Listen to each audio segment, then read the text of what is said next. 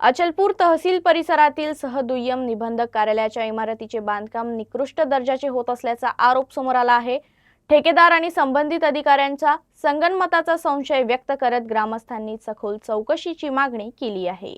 अचलपूर तहसील परिसरात सुरू असलेल्या सहदुय्यम निबंधक कार्यालयाच्या इमारतीचे बांधकाम अत्यंत निकृष्ट दर्जाचे असल्याचा गंभीर आरोप समोर आला आहे। या कामात ठेकेदार आणि संबंधित अधिकाऱ्यांच्या संगनमताचा संशय व्यक्त करण्यात येत असून ग्रामस्थांमध्ये तीव्र नाराजी आहे। अनुसूचित जाती मोर्चाचे शहर अध्यक्ष व सामाजिक कार्यकर्ते दिलीप आत्रा राऊत यांनी सार्वजनिक बांधकाम विभागाच्या कार्यपद्धतीवरच प्रश्न उपस्थित केला आहे। प्रत्यक्ष पाहणी दरम्यान शासनाने मंजूर केलेल्या अंदाजपत्रकानुसार दर्जेदार साहित्याचा वापर होत नसल्याचं स्पष्ट दिसून येत असल्याचा दावा त्यांनी केला आहे। सिमेंटचे प्रमाण अपुरे ठेवण्यात येत असून माती मिश्रित रेती तसेच कमी मिलीमीटरच्या लोखंडी साखळ्या वापरल्या जात असल्याचा आरोप ग्रामस्थांनी केला आहे। यामुळे सदर इमारत भविष्यात धोकादायक ठरण्याची शक्यता व्यक्त करण्यात येत आहे। या संपूर्ण प्रकरणाची तातडीने सखोल चौकशी करून दोषींवर कठोर कारवाई करावी तसेच निकृष्ट बांधकाम रद्द करून दर्जेदार पद्धतीने नव्याने बांधकाम करावे अशी मागणी ग्रामस्थांकडून करण्यात येत आहे। या प्रकरणामुळे सार्वजनिक बांधकाम विभागाच्या कार्यक्षमतेवर प्रश्नचिन्ह उपस्थित झाले असून प्रशासन यावर काय भूमिका घेते याकडे संपूर्ण अचलपूर शहराचे लक्ष